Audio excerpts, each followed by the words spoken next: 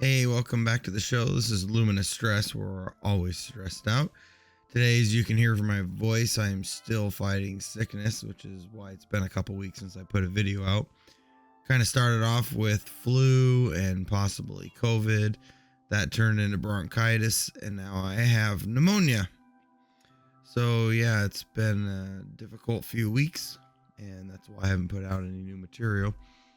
On a positive note, I'm feeling a little bit better today, although I have a new symptom, and that is my vision's been acting up to where I'm seeing what I can only describe as the old analog TV snow from my childhood in all of my peripheral vision. So it's been interesting. I have another doctor appointment this week. We'll see what they decide.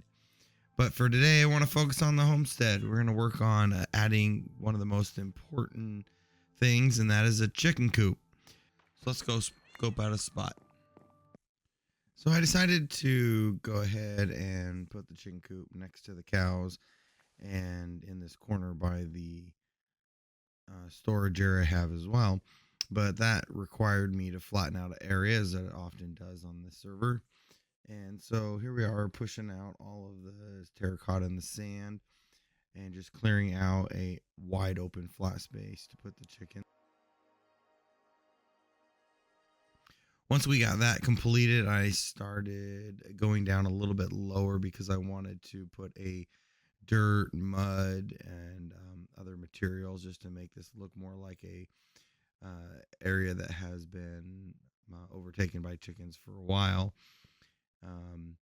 Ideally, we used to raise chickens, and ideally you would raise them in a green space, but this being a desert theme, it seemed more fitting that they would be covered in, or not covered in, but surrounded by some more dirt. Now, this is a very simple design that I went with for a chicken coop. I looked at a lot of different pictures online, kind of decided to go with the idea of a chicken tractor style. The only difference being I raise this up off the ground, so it's clearly a coop. My wife and I used to use chicken tractors when we raised chickens, and that's nice because you can actually move them around every day and constantly keep your chickens in a green area. But again, this being Minecraft and on a server, that's not very practical. So I wanted to put enough room around the fence that I can walk all the way around the pen. And I realized after I put the fence in that meant I was going to have to expand the dirt area. So you'll see me clearing out some more sand and terracotta and then come back in and filling that area with the different dirt, mud, brown terracotta, black terracotta textures that we're using to kind of give the feel. Okay, so here's the completed chicken coop. As you can see, we've got plenty of room in here to bring some chickens, which I'll have to bring down from the other farm. And they've got bedding inside, some bedding outside. As we come around the back, I left plenty of space, and I want to put a wall back here that'll kind of blend this and honestly kind of fill in some of this open area down here, because eventually I want to put some other structures back here, and today hopefully we'll build part of that. And I want to bring water down here over a wall onto a water well. So let's get going on that. So as you can see, this wall is mostly built out of acacia wood, and I used a couple different versions of it, and I sprinkled a little bit of orange terracotta in just to kind of give it a texture. Nothing too fancy. And then eventually I go in the back, fill in that hole, and cap the top of all cap the top of the wall with some trapdoors just to give it a little look. And again, this is going to give us a flat wall so that we can build next to this, and it'll give me an area to bring water over onto a water wheel, which unfortunately didn't record properly, so you just get to see the end of. Well, as you can see, we've got some chickens in here in the coop, and we're getting them bred and expanding on the size of the farm.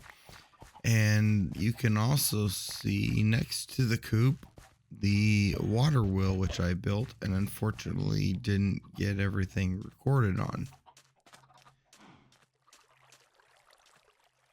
It is kind of a large water wheel, I understand that. But I want to put a large building over here that I can use as a mill or something where we can utilize the power that this wheel is generating. And the axis is pretty low, it's at ground level, which will give us the ability to do a taller 2-story style building. And you can see I just brought the water down from a little pond up top, used mostly the stone bricks, which I honestly don't love, and I may end up swapping them out for sandstone or smooth sandstone, something that would look better. But that's it. That's all I have for you today. And with that, I will say goodbye. And hopefully next week, I'm feeling a lot better and we can do a little more. Until then, we'll see you next time. Goodbye.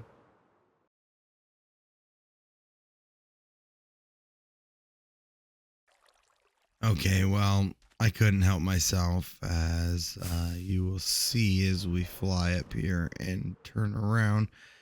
I didn't like the stone, so I swapped it all out for smooth sandstone and some smooth red sandstone, and I think it fits into the overall look that we're going for a lot better.